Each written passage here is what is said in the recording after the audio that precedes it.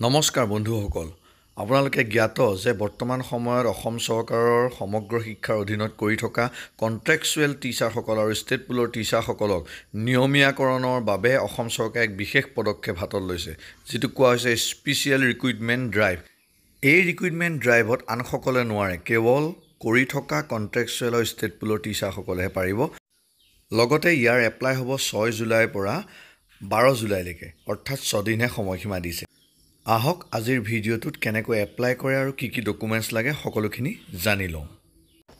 প্ৰথমতে মোৰ স্ক্ৰীনত দেখা যিটো ৱেবছাইট সেইটোৰ লিংক আপোনালোকে ডেছক্ৰিপশ্যনত পাই যাব। তাৰ পৰা আপুনি ক্লিক কৰিও যাব পাৰিব, নাইবা DEE.assam.gov.in যাব আৰু দেখিছেনে মই ৰেড কালাৰ কৰি দিছোঁ অপশ্যনটো। তাত আপোনালোকে ক্লিক কৰিলে বেলেগ এটা ৱেবছাইটৰ উইণ্ড' দেখা পাব। তাত অ'কে কৰি দিলেই বেলেগ এটা ৱেবছাইটলৈ গুচি যাব, যিটো ৱেবছাইটৰ লিংক মই পুনৰবাৰ কৈছোঁ ডেছক্ৰিপশ্যনত দি থোৱা আছে। আৰু এই স্ক্ৰীনখন তললৈ স্ক্ৰল কৰিব। স্ক্ৰল কৰি যোৱাৰ লগে লগে দেখা পাব ডকুমেণ্টছ টু বি আপলোডেড। আপোনালোকে কি কি ডকুমেণ্টছ দিব লাগিব সেইখিনি প্ৰথমতে আমি জানি লওঁ। তাৰপিছত আমি ৰেজিষ্টাৰৰ বিষয়ে কেনেকৈ ৰেজিষ্টাৰ কৰে সেইটো বিষয়ে জানিম। কিন্তু তাৰ আগতে জনাই লওঁ, ইয়াত স্পষ্টকৈ লিখা আছে only contractual and state pool contractual teacher under SSA, যোনে 5 বছৰ সম্পূৰ্ণ কৰিলে সেইখিনিহে এপ্লাই কৰিব পাৰিব।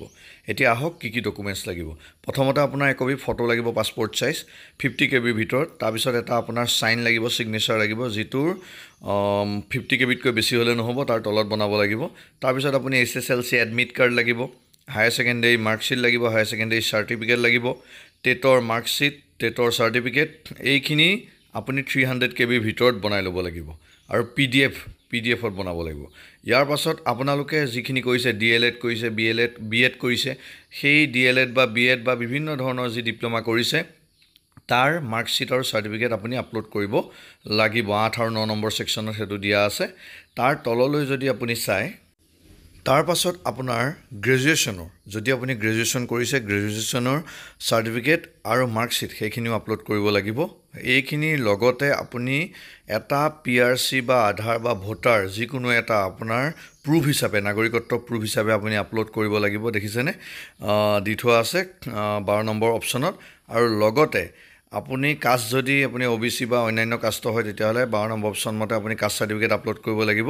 আৰু শেষত আপুনি যিখন এপইণ্টমেণ্ট লেটাৰ কন্ট্ৰেক্টচুৱেলত জইনিঙৰ সময়ত পাইছিলে সেইখন আপলোড কৰিব লাগিব। আৰু যদি আপুনি তাৰ উপৰিও NCC বা কালচাৰেল বা বিভিন্ন দিশত আপোনাৰ চাৰ্টিফিকেট আছে সেইখিনি আপলোড কৰিব লাগিব। আপলোড ডকুমেণ্টছটোৰ চাইজ 300 KB ভিতৰত হ'ব লাগিব। টোটেল 15টা ডকুমেণ্টছ আপুনি আপলোড কৰিব লাগিব উইথ ফটোগ্ৰাফ এণ্ড ছিগনেচাৰ। এতিয়া আহক কেনেকৈ আমি প্ৰথম ৰেজিষ্টাৰ কৰিম। আমি যিটো প্ৰথম ৱেবছাইট পাইছিলোঁ সেই ৱেবছাইটটোলৈ ঘূৰি যাব লাগিব, বা মোৰ ডেছক্ৰিপশ্যন লিংকত দি থোৱা আছে, তাতো আপুনি ক্লিক কৰি যাব পাৰিব। তাৰে যিটো ক্লিক হেয়াৰ ফৰ ৰেজিষ্টাৰ তাত ক্লিক কৰিব লাগিব। তেতিয়া আপুনি এনেকুৱা এখন উইণ্ড' আপোনাৰ সন্মুখত আহি পৰিব। অহাৰ লগে লগে একদম তললৈ স্ক্ৰল কৰিব আৰু একেবাৰে তলত দেখিব register online for new registration, তাত ক্লিক কৰিব লাগিব। তেতিয়াহে আপুনি লগ ইন কৰিব পাৰিব। সেইকাৰণে আপুনি ৰেজিষ্টাৰ অনলাইন এই অপশ্যনটোত ক্লিক কৰিব লাগিব। তেতিয়া আপোনাৰ সন্মুখত এনেকুৱা এখন উইণ্ড' আহিব, প্ৰচিড টু এপ্লাই। তাত ক্লিক কৰাৰ লগে লগেই আকৌ পুনৰ আন এখন উইণ্ড' আপুনি দেখিবলৈ পাব। এইখন উইণ্ড'ত ইয়াত দেখিব advertisement for present contractual and state pool contractual teacher.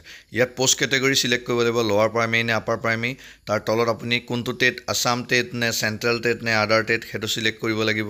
তাৰ তলত আপুনি কেতিয়াৰ পৰা কন্ট্ৰেক্টচুৱেল নে ষ্টেট পুল কন্ট্ৰেক্টচুৱেল টিচাৰ সেইটো চিলেক্ট কৰিব লাগিব। তাৰ পাছত আপোনাৰ দিব লাগিব নিজৰ নামটো আপুনি টাইপ কৰি দিব লাগিব নিজে। তাৰ তলত আপুনি একেলগতে নহয়, প্ৰথম ফাৰ্ষ্ট নেম, তাৰপিছত আপোনাৰ মিডল নেম বা লাষ্ট নেম একেলগতে, দেখিছে। ইয়াৰ তললৈ আপুনি গৈ পেলাই আপোনাৰ নিজৰ মোবাইল নম্বৰটো দিব লাগিব। এয়া মোবাইল নম্বৰটো দি দিব, 10 ডিজিট মোবাইল নম্বৰ, দেখিছেনে অপশ্যনটো। আৰু তাৰ তলত আপোনাৰ ইমেইল আইডিটো দিব, যিটো ইউজাৰ ID হিচাপে ব্যৱহৃত হ'ব। আৰু তাৰ তলত আপুনি পাছৱৰ্ড, ক্ৰিয়েট পাছৱৰ্ডটো আপুনি নিজে এটা পাছৱৰ্ড দিব লাগিব, য'ত লোৱাৰ কেছ আপাৰ কেছ সকলো কেৰেক্টাৰ মিলি থাকিব, আৰু ছাবমিট কৰি দিব লাগিব। তেতিয়া আপোনাৰ ৰেজিষ্ট্ৰেশ্যন সম্পূৰ্ণ হ'ব। ইয়াৰ পাছত আপুনি লগ ইন অপশ্যনত গৈ পেলাই আপোনাৰ যিটো ইমেইল ID দিছিলে সেইটো তাত পুট কৰি দিব লাগিব, বহুৱাই দিব লাগিব। আৰু পাছৱৰ্ড যিটো আপুনি দিছিলে সেই পাছৱৰ্ডটো বহুৱাই দিব লাগিব। মানে ৰেজিষ্ট্ৰেশ্যনৰ সময়ত, ইয়াৰ আগৰ পৰ্যায়ত যে ৰেজিষ্ট্ৰেশ্যন কৰা দেখুৱাইছিলোঁ, তাত যিটো ইমেইল ID আৰু পাছৱৰ্ড দিছিলে সেইকেইটা বহুৱাই লগ ইন অপশ্যনত ক্লিক কৰিব।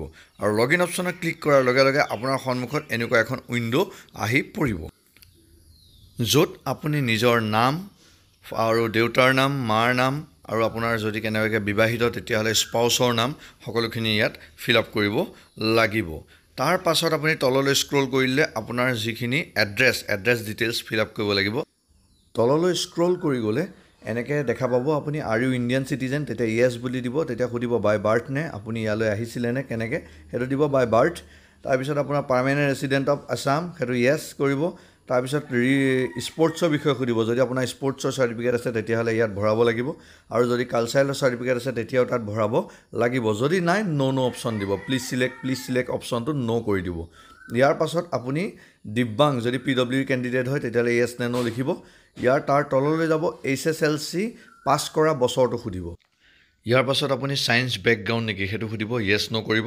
ছাবজেক্ট কম্বিনেশ্যনটো সুধিব সেইটো দিব তাৰপিছত 12ৰ মাৰ্কশ্বিটখন চাই roll number passing year total mark obtain mark বৰ্ডখন আৰু ষ্টেটখন এই গোটেইকেইটা কলম আপুনি ফিল আপ কৰিব তাৰপিছত আপুনি টেটৰ মাৰ্কশ্বিটখন লাগিব টেটৰ মাৰ্কশ্বিটখন চাই পেলাই আপুনি ৰোল নম্বৰ দিব লাগিব টেটৰ পাছিং ইয়েৰ অবটেইন মাৰ্কছ এইখিনি চিলেক্ট কৰিব তাৰ তললৈ আপুনি স্ক্ৰল কৰি গ'লে দেখিব গ্ৰেজুৱেশ্যনৰ মাৰ্ক ভৰাবলৈ আহিব আৰু DLEডৰ মাৰ্কখিনি ডিটেইলছখিনি মানে ভৰাবলৈ আহিব সেইখিনি ভৰাই হোৱাৰ পাছত যিটো দেখিব এক্সপিৰিয়েঞ্চ এণ্ড ছাৰ্ভিচ ডিটেইলছ এইটো খুবেই গুৰুত্বপূৰ্ণ কলম এইটো ভৰাওঁতে কিন্তু সাৱধান হ'ব প্ৰথমতে আহিব আপুনি বৰ্তমান একদম লেটেষ্ট কৰি থকা স্কুলখনৰ নাম আৰু ডিষ্ট্ৰিক্টটো জইনিং ডেট আকৌ লেটেষ্ট কৰি থকা স্কুলখনক সোধা নাই একদম প্ৰথম কেতিয়া জইনিং হৈছিলে আপুনি কণ্ট্ৰেকচুৱেল যিটো পোষ্ট লাভ কৰিছিলে সেইটোত জইনিংটো সুধিছে সেই এপইণ্টমেণ্টখন একদম প্ৰথম এখনেইটো এপইণ্টমেণ্ট পাইছিলে সেই এপইণ্টমেণ্ট লেটাৰখনৰ নম্বৰটো দি দিব যিটো মেম'নং বুলি থাকে এতিয়া বৰ্তমান সময়ত পোৱাখিনি আকৌ এইখিনি হৈছে বদলি অৰ্ডাৰ আহে এইখিনি এপইণ্টমেণ্ট নহয় সেইটো একদম ক্লিয়াৰকৈ বুজি লওক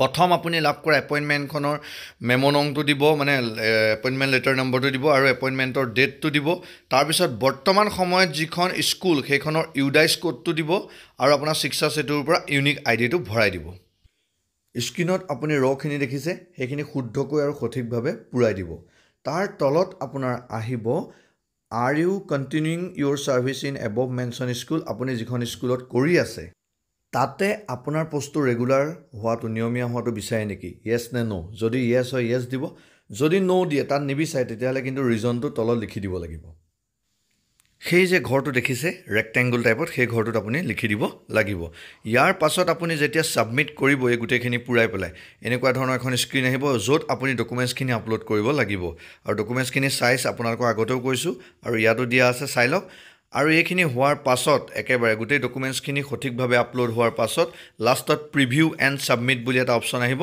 সেইটো ক্লিক কৰি দিলে আপোনাৰ ফৰ্মখন ছাবমিট হৈ যাব ভিডিঅ'টো কেনে পালে জনাব যদি ভাল পালে লাইক কৰিব আৰু কমেণ্ট এটা কৰিব আৰু আনৰ উপকাৰ হোৱাকৈ শ্বেয়াৰ কৰিবলৈ নাপাহৰিব আৰু যদিহে নতুন ছাবস্ক্ৰাইব কৰিবলৈ নাপাহৰিব আকৌ লগ পাম নেক্সট ভিডিঅ'ত ধন্যবাদ